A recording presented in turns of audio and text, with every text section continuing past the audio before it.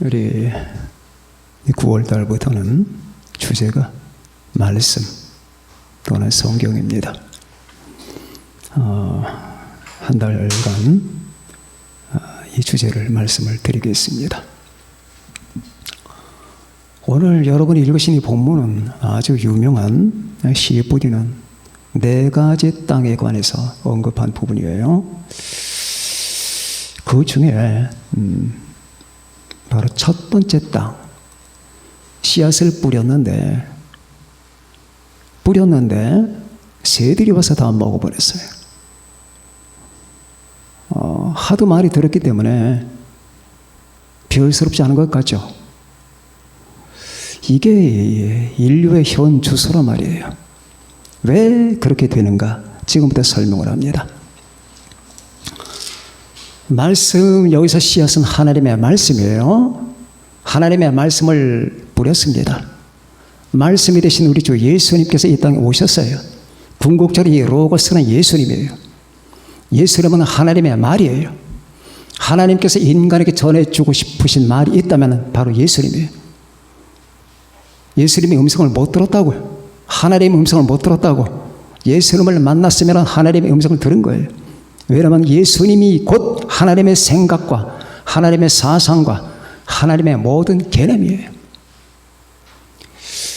궁극적으로 예수 그리스도가 하나님의 말씀인데 이 말씀이 세세하게 세분화되고 여러분과 제가 들을 수 있는 언어화된 것을 우리는 성경으로 그리고 말씀으로 말합니다. 하나님의 뜻은 전 세계 모든 사람들에게 이 우주 안에 이 말씀을 뿌리는 거예요.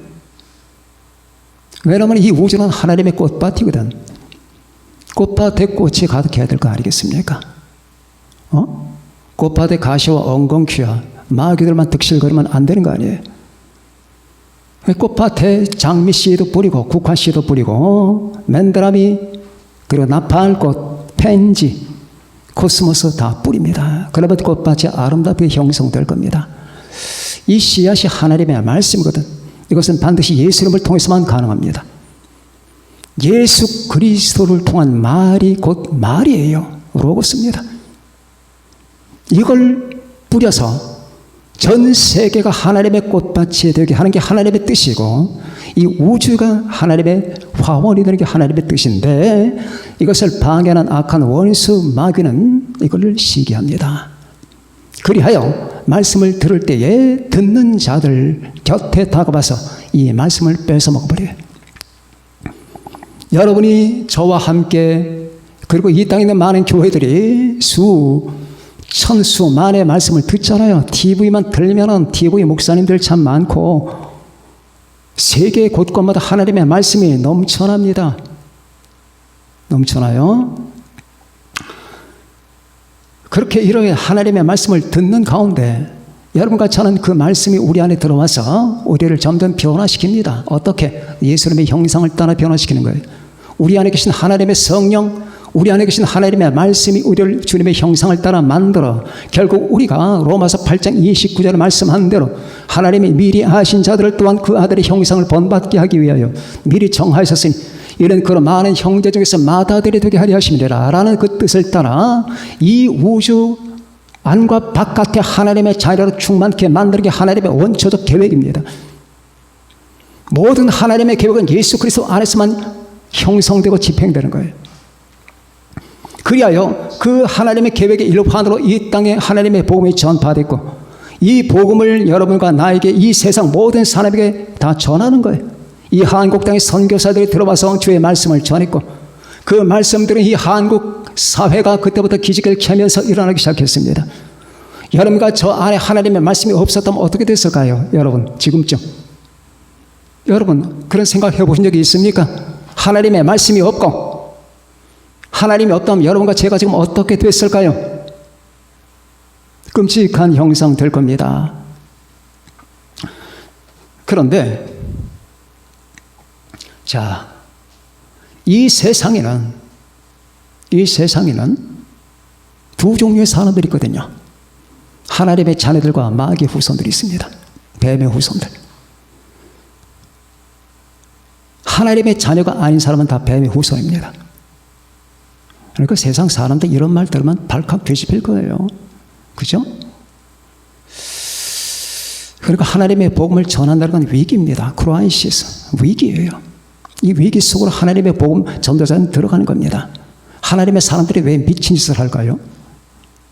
사실을 알기 때문입니다. 근데 그 사실은 세상을 방해하거든요. 막거든요. 귀 하나 달린 동네 가서 귀 2개 달린 사람이, 눈 2개 달린 사람이 눈 하나 달린 동네에 들어가서 눈 2개 달린 게 정상이라고 말하면 그 동네는 뒤집히는 거거든요. 자, 하나님의 말씀을 받고 하나님의 자녀가 된 사람들, 이 사람들은 하나님의 자녀예요. 그러나 하나님의 말씀이 없고 하나님의 영이 없고 하나님이 없는 자들은 뱀의 후손입니다. 이것은 제가 하는 말이 아니에요. 창세기 3장에 나옵니다. 인류가 범죄하고 나서 하나님은 이렇게 선언했습니다. 내가 너로 여자와 원수가 되게 하고 너희 후손도 뱀의 후손도 여대 후손과 원수가 되게 하리라. 그 여기서 딱 두 종류가 나오잖아요. 여대 후손과 뱀의 후손이 나오지 않습니까? 여대 후손, 뱀의 후손. 그럼 뱀의 후손이 있다는 말이에요. 그러니까 생물학적으로, 물리적으로는 뱀이 아니죠. 그죠? 사람이 어떻게 뱀이 되겠어요? 생물학적으로는 인간이에요. 그러나 이것은 영적 성분상 뱀이라는 얘기예요. 우리는 뱀의 머리를 잘라내야 된다. 첫 번째 대지에 들어갑니다. 뱀의 머리를 잘라내자. 어떻게? 거듭나지 않았던 사람들이 거듭나야 되고, 그리고 하나님의 말씀으로 우리 안에 충만시켜야 됩니다. 하나님의 말씀이 지배하지 않는 사람들은 뱀의 자손입니다. 하나님의 말씀이 없는 사람들, 하나님의 말씀이 지배를 받지 않아요. 내 모든 생각과 언어와 내 모든 개념과 내 모든 그 둘의 작용이 하나님의 말씀이 지배를 받지 아니하는 그 상태가 곧 뱀의 머리라고 하는 거예요. 뱀의 머리. 이걸 잘라내야 되는 거예요. 여러분 그런 거 못 느끼셨습니까? 그렇게 여러분들에게만 하는 말입니다. 하루 종일 도시 한복판을 돌아다녀 보면은 뱀의 머리를 한 사람들이 수두룩이죠. 아름다운 얼굴과 빛나는 몸을 가지고 있는 사람들이지만 영적 성분상, 영적 성분이 그렇단 말이에요. 그러면은 한번 보자고요. 그게 사실인가? 여기 계신 여러분도 어떻습니까? 과거를 한번 생각해 보시고, 그 지금도 한번 생각해 봅니다. 내가 뱀의 후손인가? 하나님의 자녀인가? 물론 하나님의 자녀이기 때문에 여러 가지 곤란 상황을 다 돌파하고 여러분 여기 와 계신 줄로 압니다. 그러나 꼭 그렇지만은 않을 수도 있다고 생각합니다. 이 땅에 다니는 모든 교회 다니는 사람들이 전부 다 하나님의 자녀나? 그건 아니잖아요. 그럼 어떻게 이걸 알아낼 수가 있는 건가? 자, 저와 여러분, 제가 드리는 말씀을 심각하게 받아들일 줄 알아야 됩니다. 저도 하나님 앞에 심각하게 말씀을 받아들입니다. 제가 여러분하고 농담하는 거 아닙니다. 제가 여러분하고 장난하는 것도 아니고 여러분 개념적 장난하는 게 아니에요. 뱀의 후손이 있고 하나님의 자녀가 있다는 말하면 사실 그렇게 돼 있습니다. 그러면은 제가 한번 증명을 한번 해볼게요. 뱀의 자손은 특징이 어떠냐? 인본주의예요. 그리고 뱀의 자손은 현세주의입니다. 뱀의 자손은 물질주의입니다. 뱀의 자손은 자기 중심입니다. 자, 틀렸습니까?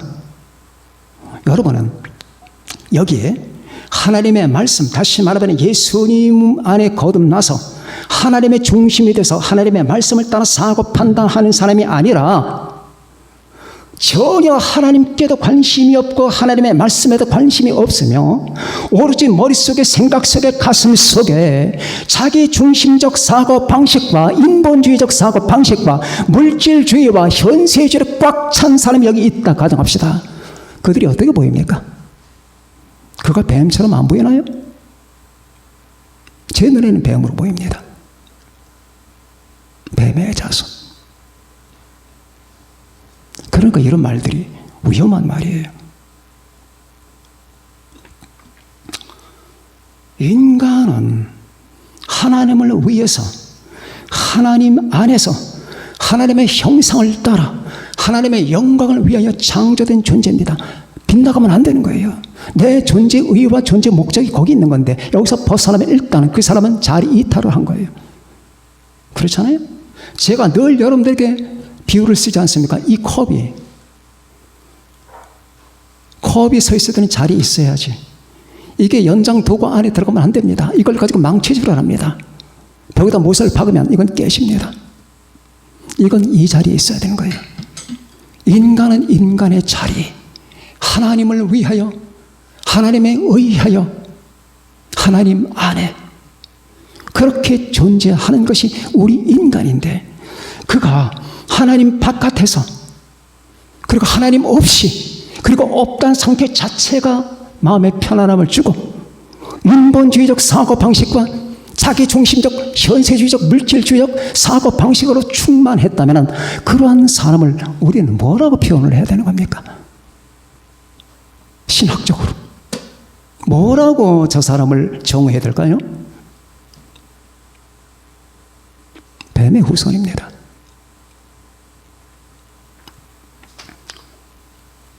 여러분, 제가 수천 번 여러분에게 말을 했더니 신본주의라고 하는 거. 저는 지금 저라고 하는 존재가 예수 중심으로 뭉쳐 있습니다. 이 예수 중심을 세분하면은 저는 복음주의와 신본주의 두 다리를 지금 딛고 서 있어요. 나라고 하는 존재를 해부하게 되면은 한쪽 다리는 신본주의고 한쪽 다리는 복음주의예요. 그거 외에는 없습니다.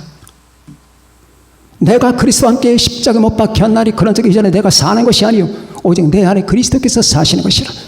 이제 내가 육체 가운데 사는 것은 나를 사랑하사 나를 위하여 자기 자신을 버리신 하나님의 아들을 믿는 믿음 안에서 사는 것이라. 이게 다예요. 내 안에는 주님이 산다.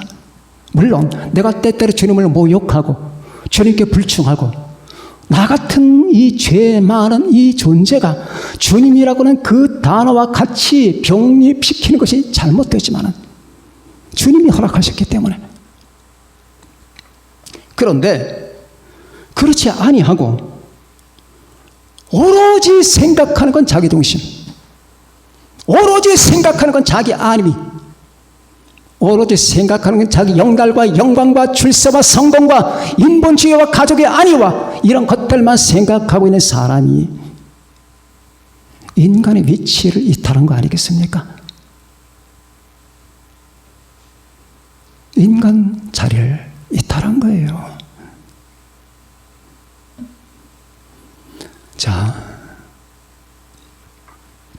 저는 그 사실을 너무 잘 압니다. 제가 하는 일이 뭐게요? 너무 잘 알아요. 난 이걸 어디서 배워서 말하는 게 아니에요. 제게 보여요. 온 세상의 그 모든 영적 상태가 눈에 보인단 말입니다. 그래서 말을 하는 거예요. 그러면 어떻게 이 뱀의 후손이라고는 운명을 탈피할 수 있을까? 아까 말했듯이 예수 그리스도를 믿고 거듭나는 거예요. 거듭나. 주여, 내가 죄인입니다.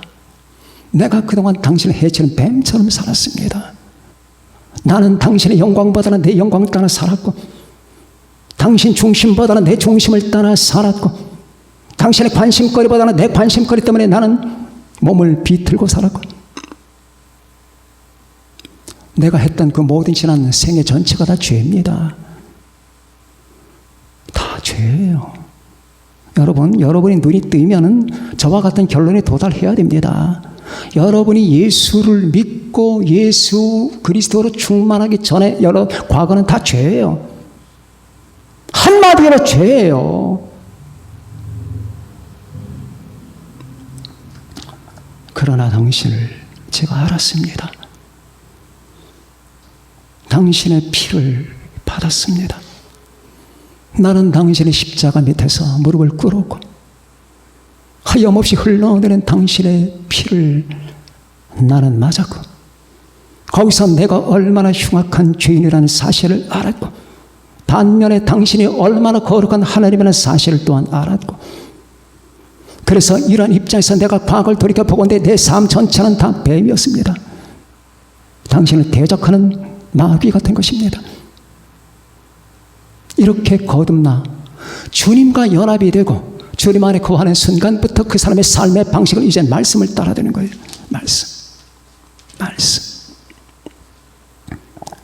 말씀은 하나님의 자녀들의 삶의 길이고 방식입니다.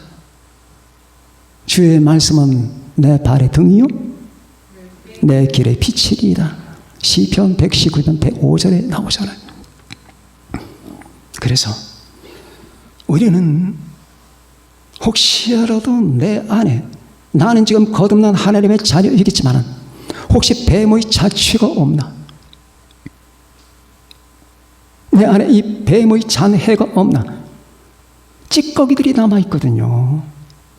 인간 안에는 비록 신자들이라도 이상한 거품들이 남아있어요. 잘못된 이상한 아주 말로 할 수 없는 뭔가가 우리 안에 반짝거리고 있다 그 말이에요. 이걸 다 잡아내야 됩니다.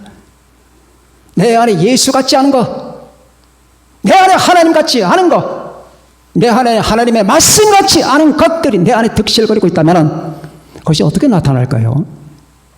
이기주의로 나타납니다. 자기 아니요만 생각해요. 하나님 중심이 아니에요. 그런 식으로 나타나게 돼 있어요.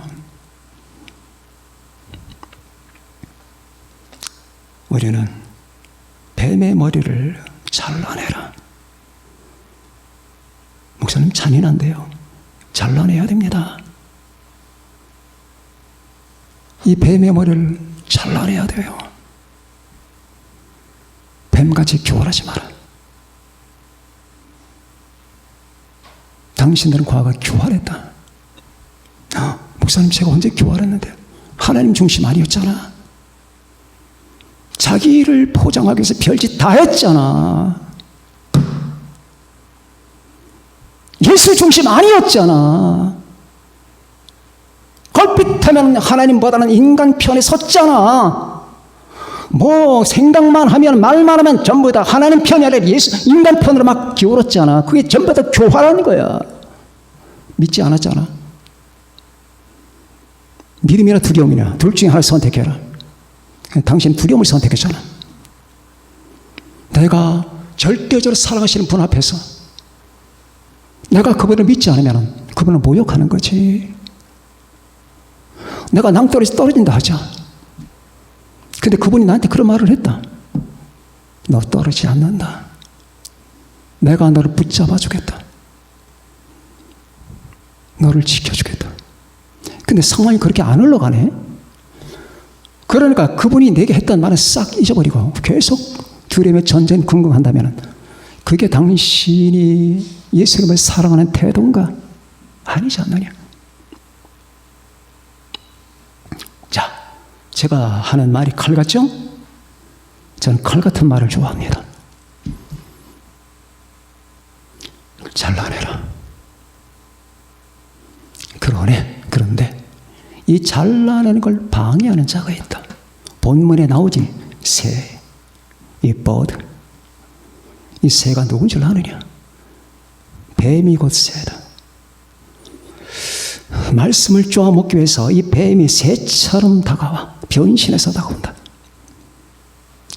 그래서 하나님의 말씀이 뿌려질 때 쓸데없는 생각을 하거나 말씀에 무관심하거나 한단을 팔게 되면 다 잡아먹어 버리는 거예요. 내 안에 하나님의 말씀이 생식할 만한 조건 형성이 안 되는 겁니다.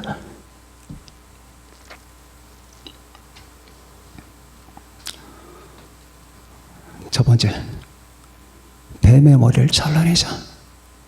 두 번째, 말씀의 머리로 대치하자. 믿습니까? 하나님의 말씀이 여러분의 머리가 되어야 됩니다. 어떻게? 자, 그 방법을 말씀을 드립니다.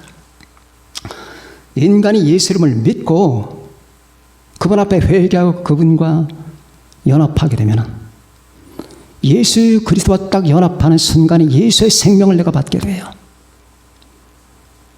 생물학적으로 받게 돼요. 추상적으로 생각하면 안 돼요. 정말로 하나님의 자녀 안에는 하나님의 생명이 있어요. 철학적 개념이 아니에요. 그러니까 이 생명 때문에 몸부림을 치는 거예요. 생명 때문에. 내 안에 있는 하나님의 생명, 내 안에 있는 주님의 생명.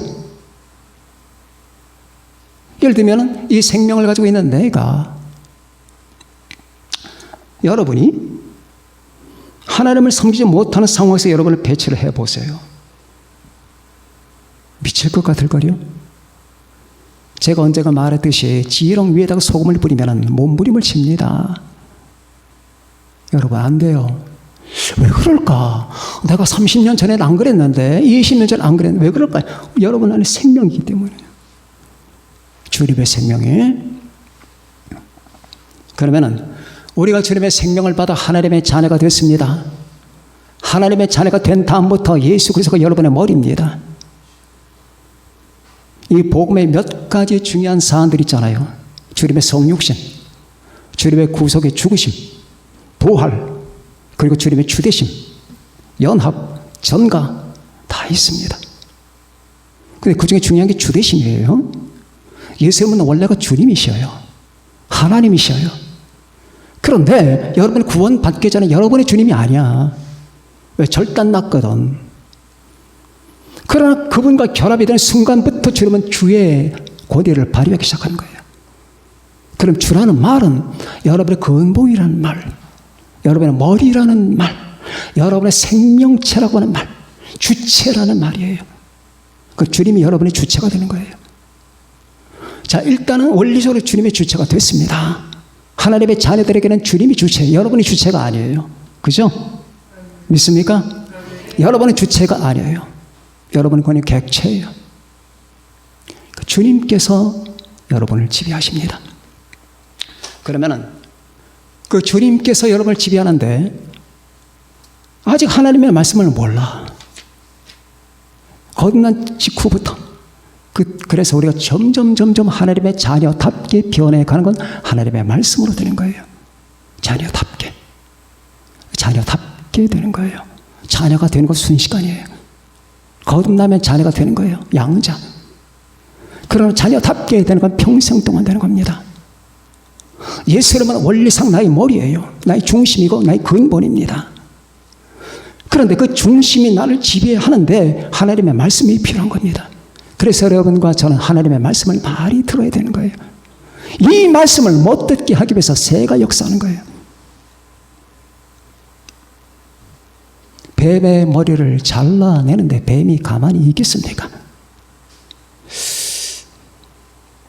우리는 요즘에 많은 어린아이들을 보고 청소년 아이들을 봅니다. 재명이, 주명이, 주천이, 주형이, 이런 아이들 보면 불쌍해요. 정말 불쌍합니다. 그 친구들 내가 무슨 말 하는지 모를 겁니다. 정말로 불쌍한 게 이 시대는 악령 역사가 극도예요. 하나님과 접할 수 있고 하나님의 은혜를 받을 수 있는 기회가 정말 힘들어요. 옛날에 안 그랬거든. 애들이 하루 종일 이것만 보고 있어. 제가 거리에 가잖아요. 거리에 지나가면 다 이걸 보고 다녀. 3학년, 초등학교 3학년, 4학년, 5학년, 6학년 다 이 짓 하고 있다니까. 휴대폰. 여러분, 이 현상을 가만히 보면 기억해 두셔야 돼. 이게 정말 현상이에요. 요한계시록에 나오죠. 이 세계는 1시간 만에 파괴됩니다. 단 1시간 만에 전부 초토화가 돼요. 모든 전자, 문명, 모든 산업, 체제, 모든 문화는 다 깨질 겁니다. 그때 휴대폰도 없어지겠죠. 근데 그때까지 계속 이걸로 해서, 왜? 저 속에 귀신들이 있거든. 목사님, 휴대폰 안에 무슨 귀신이 있습니까? 여러분, 한번 제가 말씀을 드릴게요. 사람이 음란 비디오를 본다. 아니, 음란의 영상을 본다. 조금 더 거추장스러워도 잠깐 들어봅시다. 남자, 여자가 움직인다. 아이들은 계속 쳐다보겠죠. 뭘 쳐다보는 걸까? 그 건너편에 귀신을 쳐다보는 겁니다. 그 귀신에 악령이 있어요. 반드시 있어요. 조상들에게 제사를 드립니다. 사람들이 제물을 갖다 놓고 제사를 드리잖아요. 꾸벅꾸벅 절하라고 합니다. 누구한테 절하는 건가? 저 종이 쪼가리에게, 그 건너편에 귀신에게 하는 겁니다. 모든 물체 건너편에, 인간이 용도 사용을 잘못하는 물체 건너편에는 그 물체 건너편에서 작용하는 뭔가 정체가 있는 거예요. 그럼 휴대폰을 봅시다. 목사님, 휴대폰은 현대 문명이 이깁니다. 이게 없으면 현대 문명 사라진다. 맞아요. 이게 편리한 점 많아요. 문화, 음악, 영화, 휴대폰, TV, 순기능 많아요. 제가 지금 말한 건 역기능을 얘기하는 거예요. 순기능만 있는 게 아니라고 말입니다. 그걸 보죠. 계속 봅니다. 자, 어떤 현상, 영적 세계에서 일어나는 봅시다. 일단 인간의 뇌를 집중시킵니다. 그러면서 집중의 기간이 많아질수록 인간의 그 영적 에너지가 떨어지게 됩니다. 몸의 피곤함이 옵니다. 그리고 점점 집중도가 높아짐에 따라 다른 생각을 못합니다. 그리고 어떤 현상이 옵니까? 결론적으로 다 싫어요. 이거 외에는 다 싫습니다. 그러니 하나님이 좋겠습니까? 하나님을 찾겠습니까? 걔네들 하나님의 성경 말씀을 찾겠냐고요? 이 성경 말씀 보면서 눈물을 흘리겠냐고요? 예수님을 만나겠냐고요? 이거 누가 이렇게 하는 거냐고요? 마귀가 그렇게 하는 거란 말이에요.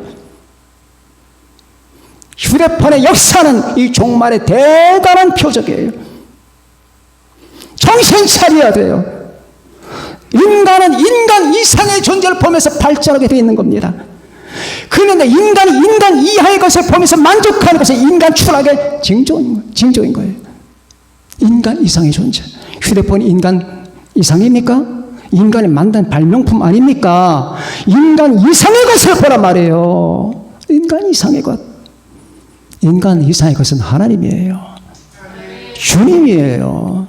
이거 보지 말라는 말이 아니에요. 적당하게 이용하라는 말입니다. 이용. 그러나 그걸 사랑하거나 거기에 중독이 되면 안 된단 말입니다.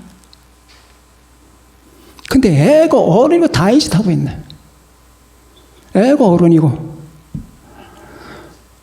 저는 단언하거니와 반드시 심판받을 겁니다. 인간은 마음과 목숨을 다해서 하나님을 경외하고 우리 주 예수님을 찬양하면서 내 몸 24시간 다 바쳐서 시원치 않은데 하루에 3시간, 4시간, 5시간 이러고 있는 이것 누가 가르쳤느냐? 부모들이 가르쳤느냐? 이거 다 심판받을 겁니다. 그리고 더 마음이 편하게 되시던가요? 내 아이들이 교회 안 나오고 기도 안 하고 그래도 마음이 편합니까? 피를 토하는 기도해야 되는 거예요. 여러분들. 피를 토하는 기도를 해야 된단 말입니다. 목사님의 자녀는 편하게 다 착하니까 누가 그럽디다. 목사님의 자녀는 착하니까 지금 착하게 자라왔습니다. 그것도 틀린 말은 아니에요. 그러나 제가 저 뒤편에서 목에 피가 나도록 기도했던 건 아무도 모릅니다. 죽을 뻔한 적도 있어요.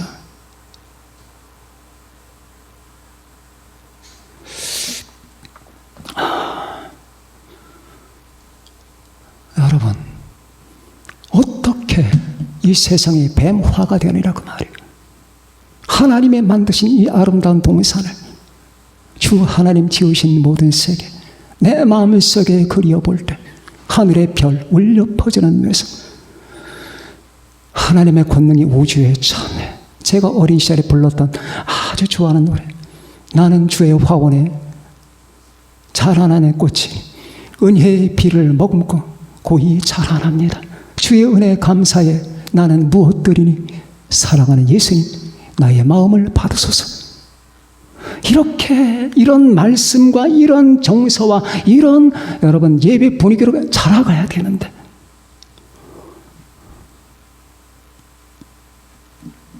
우리 은정교회 부모님들에게 말합니다.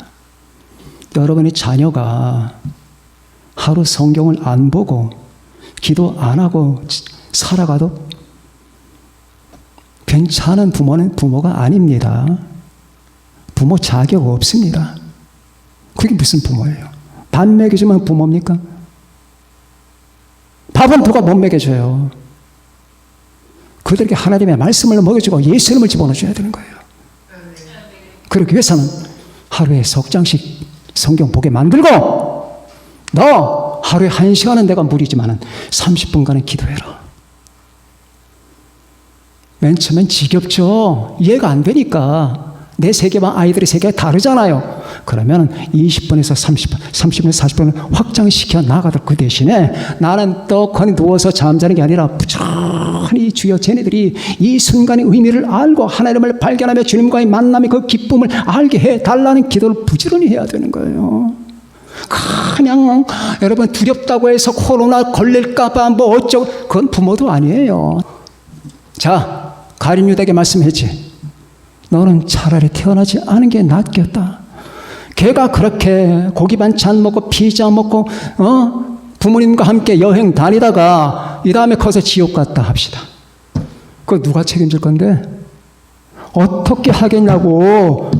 나 피자 안 먹고 사지 다 절단되고 병신처럼 태어났어도 괜찮아. 지옥만 안 가게 해달란 말이야 라고 하지 않겠냐고. 싸고 돌지 마세요. 자녀들이 하나님 앞, 네가 하나님 앞에 네 마음을 다 기울여서 아빠가 시켜서 엄마가 시켜서가 아니라 네가 자발적으로 무릎을 꿇을 때까지 나는 가만히 안 있는다. 내가 이러다 죽는 수가 있어도 나는 가만히 안 있는다. 이게 부모 아니겠습니까? 하나님 앞에 가서, 주님 앞에 가서 회개 결산 어떻게 하실래요? 자, 이 모든 말의 결론은 예수님이 당신의 머리가 되고 하나님의 말씀이 당신의 머리가 되게 하라. 뱀의 흔적과 머리를 잘라내라 하는 말이 되겠습니다. 여러분 모두에게 이 말씀을 따르는 하나님의 은혜와 도우심과 축복이 있기를 예수님의 이름으로 축원합니다. 기도하십시다.